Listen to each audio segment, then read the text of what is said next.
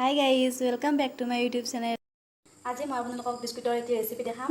এই বিস্কুটটো ঘৰতে সহজে বনাব পাৰি। আহকচোন চাওঁ তাৰ বাবে কি লাগে। এইটো কাপৰে ময়দা মই 3 কাপ লম। লৈ লৈছো। এতিয়া ইয়াত চেনিৰ গুড়ি আধা কাপ লম। তাৰ পিছত বেকিং পাউডাৰ লম 1 চামুচ। আৰু লম বেকিং সোডা অলপ। আৰু ইয়াত নিমখটো মই দি লৈছো আগতে চেনিৰ গুড়িখিনি কৰোতে। এতিয়া এখিনি মই ভালকৈ মিক্স কৰি লম। এতিয়া ইয়াত মই ঘি 1 কাপ ব্যৱহাৰ কৰিম। ঘি অলপ অলপকৈ দি যাব আৰু এখিনি মিক্স কৰি যাই দিব।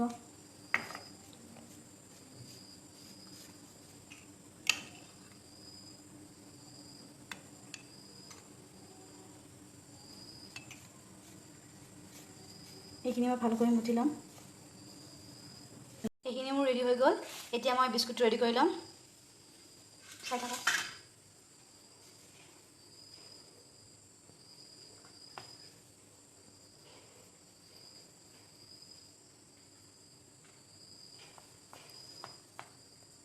এইখিনি মোৰ ৰেডি হৈ গ'ল। এতিয়া মই এইখিনি কেৰাহীত বহাই দিম। আপোনালোকে কাঁহীখনত অলপ ৰিফাইন তেল বা ঘি ব্যৱহাৰ কৰিব, নহ'লে বিস্কুটটো লাগি ধৰিব। আহকচোন চাওঁ কেনেকৈ বনাওঁ। কেৰাহীখন গৰম হৈ গ'ল। এতিয়া ইয়াত মই প্লেটখন দি দিছোঁ। তাৰপিছত ইয়াত কাঁহীখন বহাই দিম।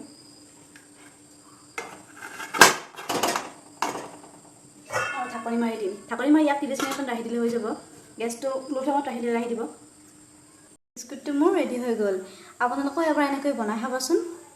যদি ভিডিঅ'টো চাই ভাল পালে like, comment, share and subscribe কৰি দিব।